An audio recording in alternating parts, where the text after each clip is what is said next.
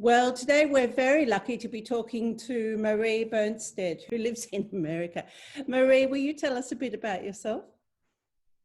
Well, I've been living in San Francisco for about 40 years, but I'm really from the Midwest, and that Midwest background is what really imprints my artwork the most. And that both you and Jim, the subject of your portrait, Yes. both come from that area, don't you? Yes, we do. And that's how, I think that's how we became friends, is because we come from almost the same area and we're from different generations, but our experiences were very much the same. Now tell me a bit about you as an artist, because I loved your art piece that you've contributed. It's very large, but very mixed media and very inviting to look into. Well, thank you. All of my art that I really the ones I enjoy the most do use different kinds of media. When I was growing up on that same Midwest that I told you about, I learned to crochet and was actually doing it to make money when I was 8. And I learned to knit and crochet, and I did that a lot. But then when the main time when I studied art was right out after I just finished college, and I have an education degree, not an art degree, but I had one art class, and the teacher told me she thought I'd miss my calling and I should be an artist. And of course I wanted to be, but I came from a very poor background, and I was the first one who even graduated from high school, let alone college, in my family. So I was very practical. But I did study art for I took college courses for at least 11 years. And during that time, mostly I did painting, and then I became a photography major. And my thoughts in the process were always the same, but I really wanted to work with some of those processes like the knitting and crocheting, etc., that I'd done as a child.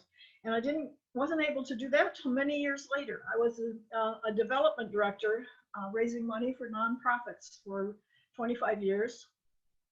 And I saved my money like crazy so that I could be an artist. So ever since I was able to break free of having to have a dependable income, I have been doing the art, and I shift around and use different processes all the time. Partly it's even because of my hands. Some of the processes I do really wear out your hands, and it helps to switch to some other motions for a while to make the hands keep working.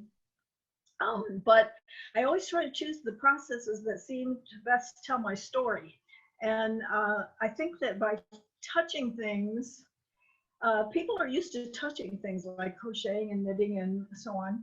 And that's what I do when I'm working. That touching helps me work through whatever I'm thinking about. And the buttons that I use a lot have to do with thinking that a lot of the stories that I tell about and the things that relate back to my childhood, they're untold stories. Sometimes they were secrets, and I'm unbuttoning things. And what's different about the one that I did with Jim was he was a friend that I was starting from a positive place, whereas most of my work starts from a concern or a problem and works through to a more positive space. Because you've used a huge array of buttons to define Jim's face, and it's very sculptural.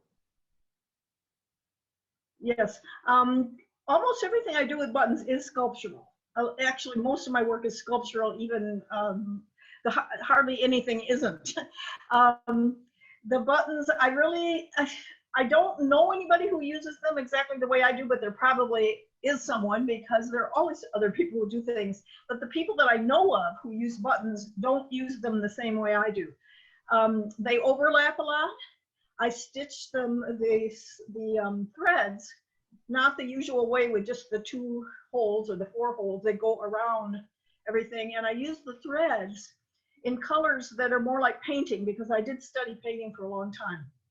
So say I need a shadow, I might do the threads in blue to help do the shadow, and like you might do with paint, or green, or then when it's a warm, I would use yellow or something, but not skin colored. When I first started using buttons and doing people, I did use more skin tones, and I thought, well, why am I doing this? I'm really painting with buttons, and so I better use the thread to look like paint. And Oh, so it's very effective. It's really Oh. beautiful. Now, tell us why you chose Jim. Obviously, you've become very good friends. Jim, and the reason was because he was the first person who really wanted to help my career, and that's how the way he did it. He met me, and we had a lot in common, but I didn't know that he was a director of a gallery. And then when we met again, he offered me a solo exhibition, and he told me outright that he wanted to do it because he really wanted to help me with my career. Because by that, I don't know his reasons, but by that time I was older, so I really needed to work harder than a young person to try to advance my career. And it really did help. I shipped about 30 pieces there, and it was a great help to me. And because I was there for several days, that's how we really got to be friends when I was there. It sounds like he's been a wonderful mentor for you.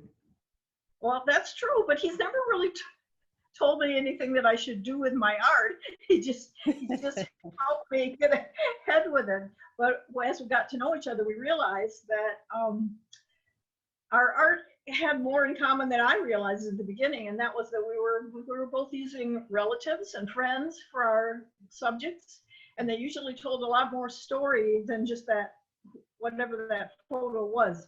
Mine, I think I really want to reach out to, it's a universal subject almost always that I'm portraying, but I'm using I'm using a relative or a friend to be my subject. Yes, it sounds like they're very personal for you, and It is. it's a great way of you speaking through your artwork. And I always hope that that somebody will out there, more than us, a lot of somebody's will be able to see something that relates to their own life or their own problems or their own joys or whatever they have to think about. And Marie, do you like doing faces? Do you primarily work around faces? Oh yeah, faces. Are you saying? Yeah, certainly portraits, but I use whole bodies a lot too. I did just a face with Jim with some objects around it, but I often do a whole body, and they're usually either about life size or sometimes bigger. And then I have a few that are smaller, but most of my pieces are pretty big. Now, both you and Jim used each other as subjects for this show, and you've both used denim. Can you just talk a bit about that? Okay. Well, when I decided to do Jim, it was interesting because I always ask my subject, whoever it is, if I have permission to use them in a piece. And so I contacted him, and he laughed and said, "Oh, I think I've been invited to the same thing." And so he thought that was really funny. When I think of him, I think denim. I've never actually done a piece in denim before, but I didn't feel like I could do a piece about Jim that wasn't denim. And all of his pieces are in denim, so it's just natural for him to do denim. And I use buttons so much, I couldn't have done it without having the button part. I asked you initially how you ever found me and decided to invite me, and you couldn't put your finger on it. But whatever it was, I'm very grateful for it, and I thank you. It's really, I've known about your gallery for a long time and have friends who have exhibited there, and they all said they never mentioned my name, so they said it didn't come from them. Anyway, I'm really grateful. I know where it came from. Joe Hamilton was exhibiting with me, and we were at a regional art gallery, and there's a book that she and you are in around portraits. And it was from there that I thought, because I knew I wanted to find artists I didn't know, and I was grateful that even though I was cold calling, you all said yes. But I wanted fiber artists who love to do faces or portraits. And that's how I found you. I have always admired her work very much and always wanted to show with her. So it was very exciting to me that I got to be in the same show as she. Well, I'm so proud to have you and Jim in the exhibition. It's such a strong exhibition. It's up on the walls and looking beautiful.